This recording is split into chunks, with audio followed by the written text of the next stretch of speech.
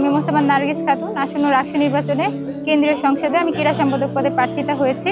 তো যেহেতু আমি জাতীয় এবং আন্তর্জাতিক পর্যায়ে খেলেছি, 10টি দেশের বাইরেও খেলে এসেছি, 20টা আন্তর্জাতিক টুর্নামেন্টে অংশগ্রহণ করেছি দেশের হয়ে, তো সেই জায়গা থেকে মনে হয়েছে আমি রাজশাহী ইউনিভার্সিটির স্টুডেন্ট, ম্যানেজমেন্ট স্টাডিজে পড়াশোনা করছি, তো ক্রীড়া পর্যায়ে আমি কাজ করতে পারবো আমি আমার অভিজ্ঞতা দিয়ে, তো সেই জায়গা থেকে প্রার্থিত হওয়া। সাড়া পাচ্ছি, সবাই খুব পজিটিভলি আমাকে নিচ্ছে, যেহেতু খেলাধুলার বিষয়ে আমার একটা লম্বা অভিজ্ঞতা আছে। অনেকে বলছে আপু দিব আপনাকে ভোট ইনশাল্লাহ, এইসব বলছে। সেরা আছে, যেহেতু আমি আন্তর্জাতিক পর্যায়ে খেলে আসছি, তো আমার স্বপ্ন আছে যে আমার বিশ্ববিদ্যালয়ের মেয়েরা আন্তর্জাতিক পর্যায়ে অন্য বিশ্ববিদ্যালয়ের সাথে খেলাধুলার প্রতিযোগিতা করবে। এবং রাজশাহী ইউনিভার্সিটিতে খেলাধুলার অবকাঠামোর অনেক সমস্যা আছে, মাঠ স্টেডিয়াম সংস্কারের সমস্যা আছে, এখানে আধুনিক ড্রেসিং রুম নেই, ড্রেনেজ সিস্টেম ভালো না, এবং হবিপুরে মাঠ আছে, সেখানে হচ্ছে মাঠের অবস্থা খুবই খারাপ এবং মিনি গ্যালারির একটা প্রয়োজন। এটা খুবই সব ছেলেদেরই চাওয়া, শুধু ছেলেদের না বলবো, ইউনিভার্সিটি সবারই চাওয়া।